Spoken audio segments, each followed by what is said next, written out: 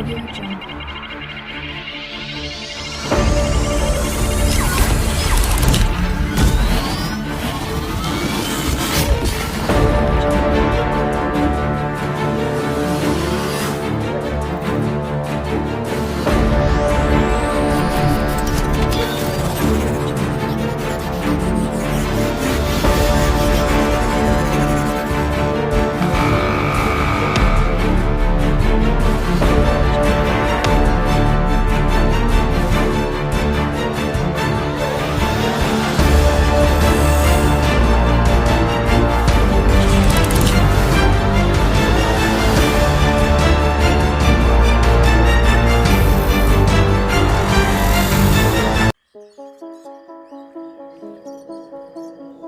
Menyanyi sekawan merpati putih hinggap di atas pohon cemari.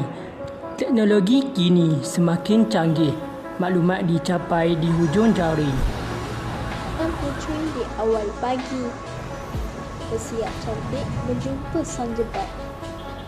Maklumat diperolehi melalui internet. Kemajuan masyarakat berteknologi hebat. Berjalan pandir mencari cengkih, terjumpa saudagar dari kapal. Walau teknologi semakin canggih, jagalah terus adab dan akal.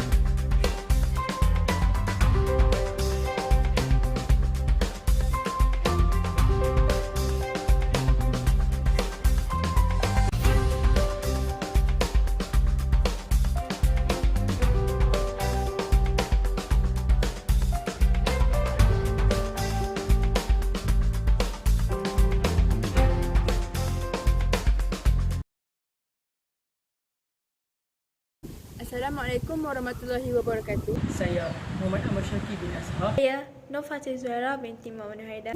Saya Nuraini Sofia binti Muhammad Hazri. Kami dari AA 102.2. Tajuk kami ialah kepentingan etika dan peradaban dalam penggunaan ICT. Pada era globalisasi ini, teknologi maklumat ataupun ICT menjadi medan utama bagi segala penyampaian maklumat serta segala urusan utama.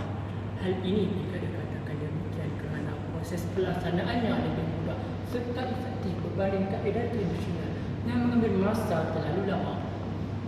ICT turut menjadi medan utama bagi mencorakkan kebudayaan perkara baharu dalam masyarakat setempat, di mana contoh terdekat adalah asimilasi budaya K-pop dalam kalangan masyarakat muda.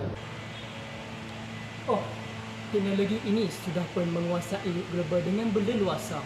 Hampir setiap saat orang menggunakan teknologi, dan dengan teknologi inilah menyebabkan kita boleh menguasai dan mengawal setiap perkara di hujung jari sahaja. Negara yang tidak mengutamakan ICT ini akan ketinggalan dalam arus pembangunan dan umpama sebagai katak di bawah tempurung. Tambahan pula, dengan adanya ICT telah berjaya menghapuskan batasan sempadan sesebuah negara. Malahan, ia berjaya mengubah bentuk pemikiran, ideologi, budaya dan berbagai elemen luar memasuki ruang negara lain tanpa sekatan dan kawalan.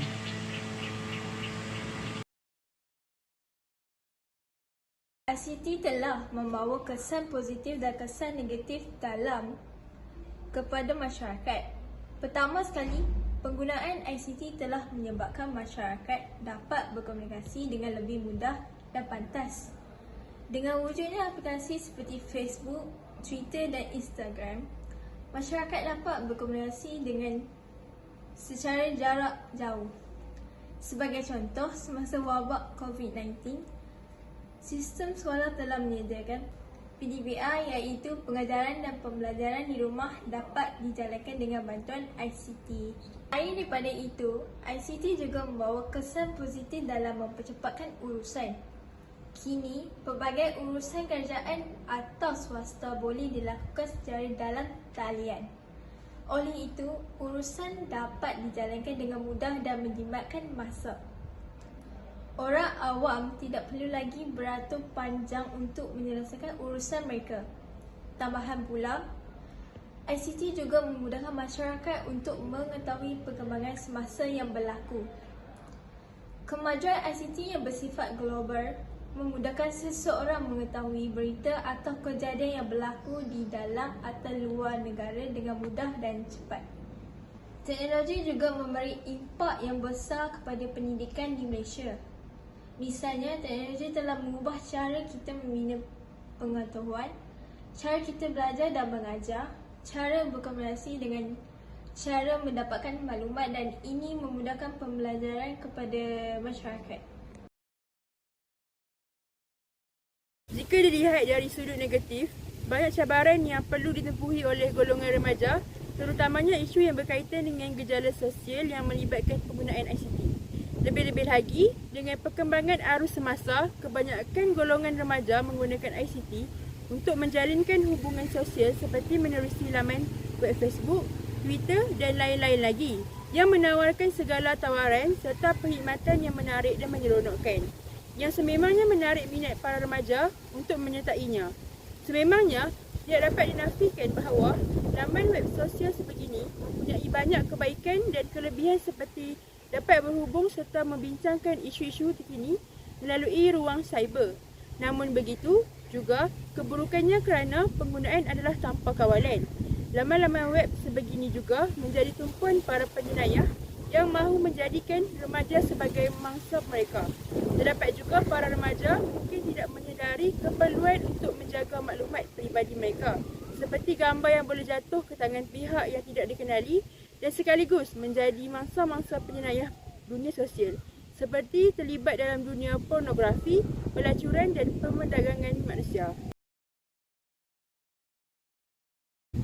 Kesimpulannya, Malaysia sebagai sebuah negara yang aman dan makmur mestilah melengkapkan masyarakatnya dengan standard etika yang cemerlang bagi melayari dunia ICT yang penuh dengan cabaran dan dugaan. Islam sebagai agama yang membawa rahmat hendaklah dijadikan sebagai rujukan utama dalam pengubalan standard etika penggunaan internet. Sesuai dengan ciri Islam itu sendiri yang membawa perubahan menyeluruh sama ada dari sudut sosial, ekonomi dan sebagainya. Tiada lagi unsur yang boleh merosakkan dan menghancurkan keburukan masyarakat disebar melalui jaringan maya yang akan diakses oleh manusia sejagat. Sekian, terima kasih.